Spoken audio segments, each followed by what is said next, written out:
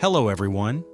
Today we will explore what happens after Alex finally admits, "I was wrong," at the farm gate.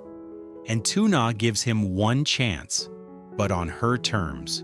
If you find this interesting, don't forget to subscribe to the channel so you won't miss upcoming videos. Alex didn't try to explain himself this time. He didn't blame anyone. He didn't talk about circumstances or pressure. He just stood there at the farm gate, eyes tired, shoulders lower than Tuna had ever seen them, and said the one sentence she never thought she'd hear from him. "I was wrong." Tuna held Henry close, even though Henry was calm now, even though the moment wasn't loud anymore. Her body still remembered the fear, the kind that sits in your bones and doesn't leave just because the shouting stops. Alex looked at Henry first like he was asking permission from a child who couldn't give it. Then he looked at Tuna. "I thought leaving him here with Baang would keep him safe," he said. His voice stayed quiet, steady. "But I didn't think about what it did to him. I didn't think about what it did to you." Tuna didn't answer right away. She wasn't trying to punish him. She was trying to protect herself from hope. Because hope was the thing that hurt the most when it failed. Baang stood a little behind Tuna, arms crossed, not angry, just watchful, like someone who had seen too many promises collapse. Alex swallowed. "I should have stayed. I should have stood with you the whole time. I shouldn't have let you carry it alone." Tuna felt her throat tighten, not because she wanted to cry, because she didn't want to. She looked at him and asked the question she had been holding in for so long. "Do you understand why I couldn't leave?" she said. Alex nodded immediately. "Because Henry isn't a thing. He's your child. He needed you, and you needed him." That answer landed differently than any apology she'd heard before. It wasn't perfect, but it wasn't empty. Tuna took a slow breath. "I don't want big words, Alex," she said. "I want you to show me." "I will," he said, almost too fast. Then he softened it. "If you let me." Baang didn't speak, but her eyes stayed on Alex, like she was waiting to see whether those words would turn into action or disappear the moment life got busy again. Tuna looked down at Henry. Henry was clutching her shirt, not crying, but still holding on like a habit he didn't know how to drop. She pressed her lips together and said, "I'm not promising anything." Alex nodded. "That's fair." Tuna glanced at Baang. Baang's face didn't change, but she gave the smallest nod, like she was saying, "Your choice.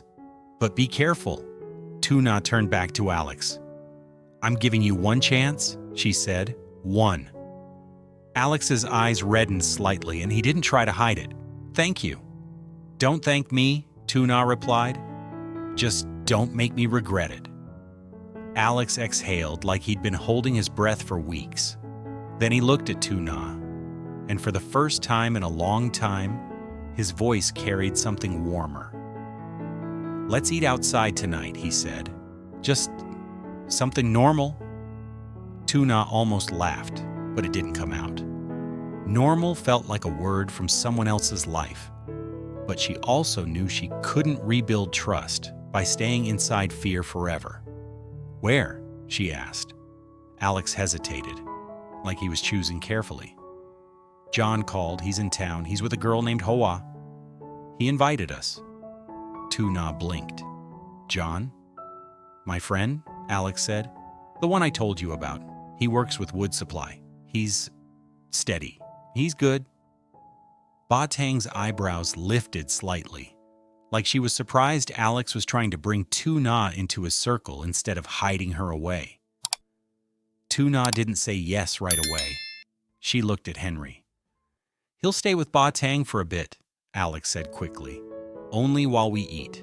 We'll be back early." Baang finally spoke. "If you go, you go. But you come back. Don't drag it out." Alex nodded. "We'll be quick." Tuna looked at Baang again.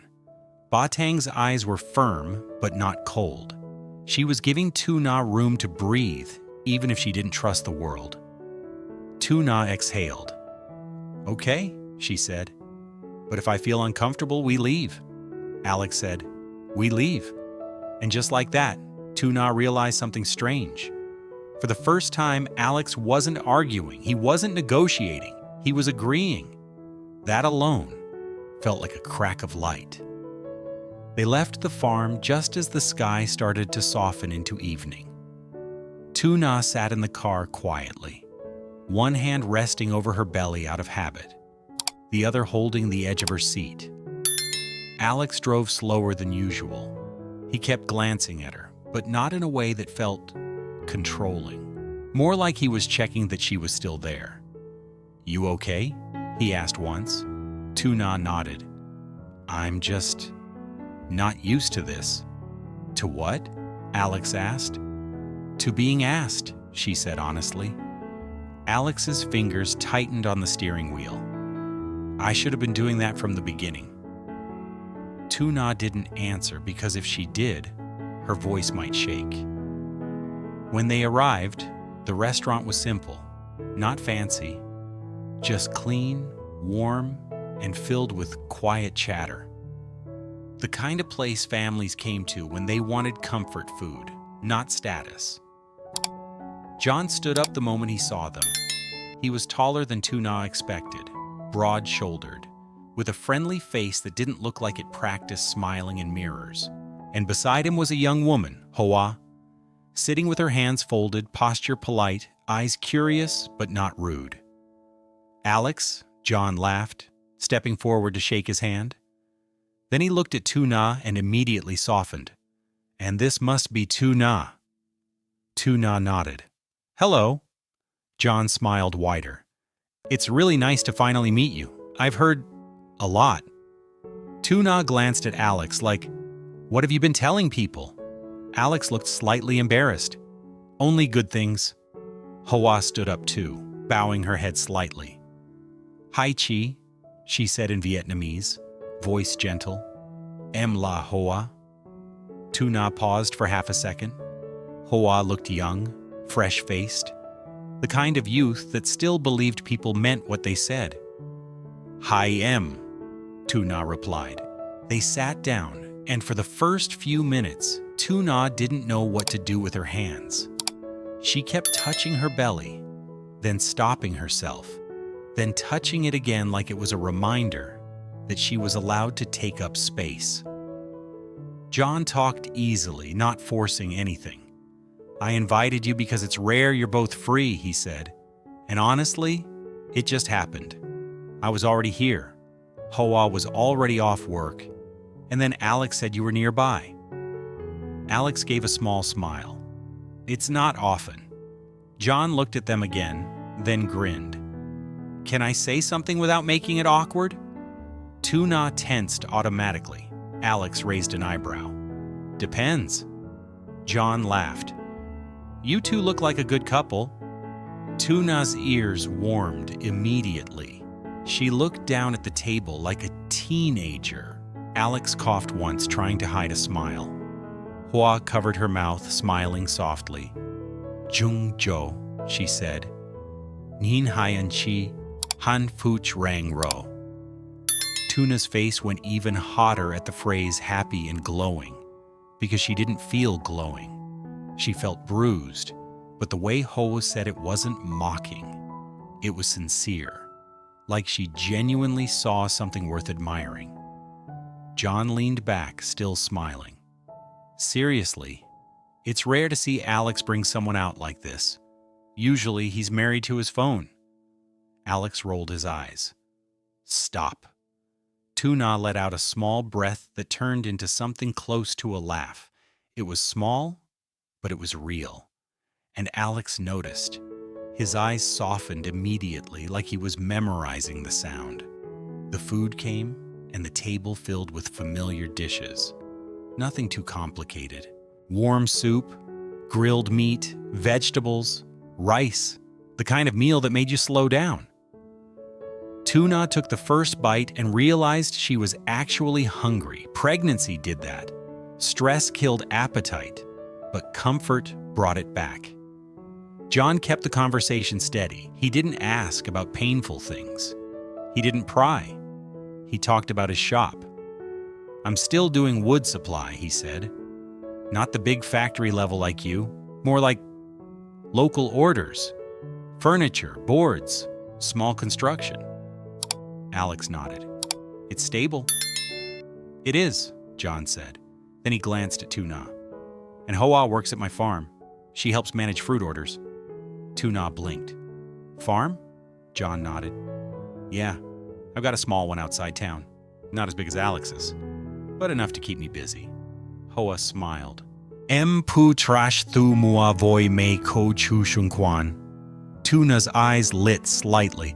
"So you work with villagers too?" Hoa nodded. "Da." Tuna felt something shift inside her. For so long, she had been alone in the farm world, treated like a problem, like a burden. Sitting here, hearing another young woman talk about farm work like it was normal, it made Tuna feel less isolated. "How old are you?" Tuna asked gently. Hoa hesitated, then smiled. "Da, 24. Tuna nodded, surprised by how young she was. Then she smiled a little. "So young." Hoa laughed quietly. "Em kung te min kon non." Tuna looked at Alex. "She's 24. Alex shrugged. "John hires people who actually work." John pointed a chopstick at Alex. "And you act like you don't need help, but you do. End of year is coming. If you're short on fruit supply, tell me. I can connect you with more sources." Alex nodded slowly, the CEO part of him switching on for a moment. "I might need that. Contracts are tense." Tuna noticed the word tense and felt her stomach tighten again, but Alex didn't spiral into business talk. He just said it once and moved on, like he was trying to protect this moment. Then he looked at John. "If you ever need support, transport, storage, I can help." John's smile turned more serious. "That's why I value you," he said. "You don't just talk."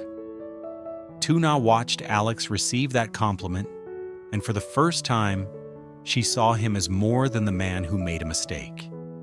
She saw him as someone who still had good in him, someone other people respected for reasons beyond money. Hoa kept glancing at Tuna, not with suspicion but with curiosity. "Chico hairacho kong?" Hoa asked. Tuna nodded. "Sometimes, when I need things." Hoa's face brightened. "If Chi ever wants to visit the farm, come. Emo jonyo. Kovwon trai kai nua." Tuna's heart lifted, small but clear. "Really?" John nodded. "Of course. We'll bring Hoa over to your place too.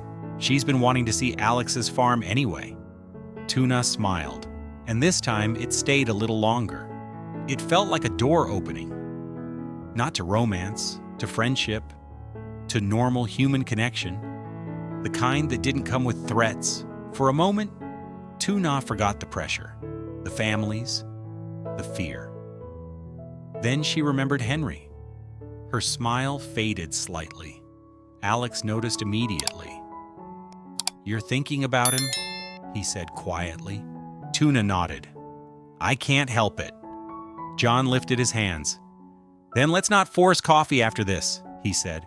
"Go pick up your little guy. We can do coffee another day." Hoa nodded quickly. "Da, kon neat no me." Tuna's throat tightened at the way Hoa said it so simply, like it was the most obvious truth in the world. Alex paid quickly. He didn't argue, he just stood, and for once, Tuna felt like he was following her rhythm. On the drive back, the car was quiet. But it wasn't the heavy silence of conflict. It was a quieter kind. The kind that happens when something fragile has been touched carefully. Alex spoke once, voice low. "Thank you for coming." Tuna stared out the window. Don't make it mean more than it is, she said. I won't, Alex replied, but I'll remember it. When they returned to the farm, the wooden house looked the same as always. But Tuna felt different walking up to it, like she had stepped out of survival for 1 hour and remembered what it felt like to be a person.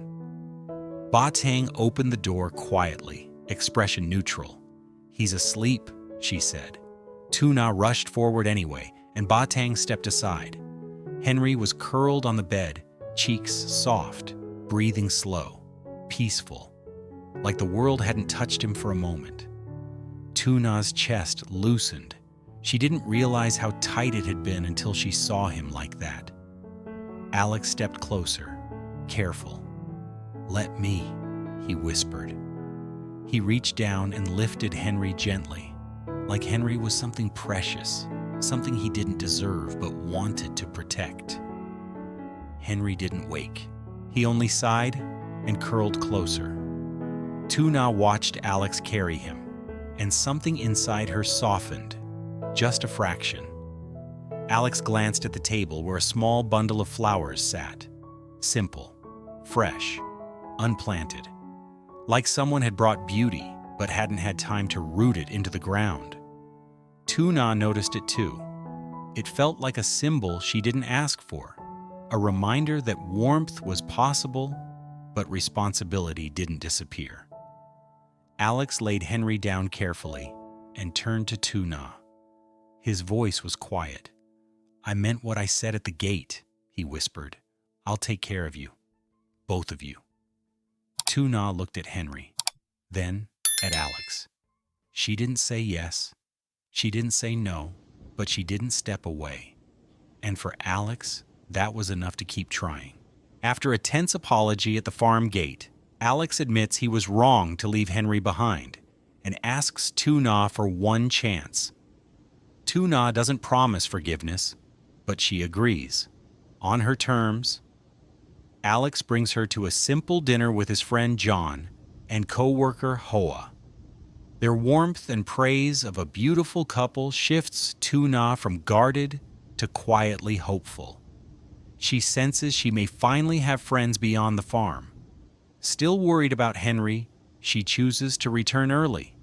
Back home, Henry sleeps peacefully, and Alex lifts him carefully, promising again to protect and support them.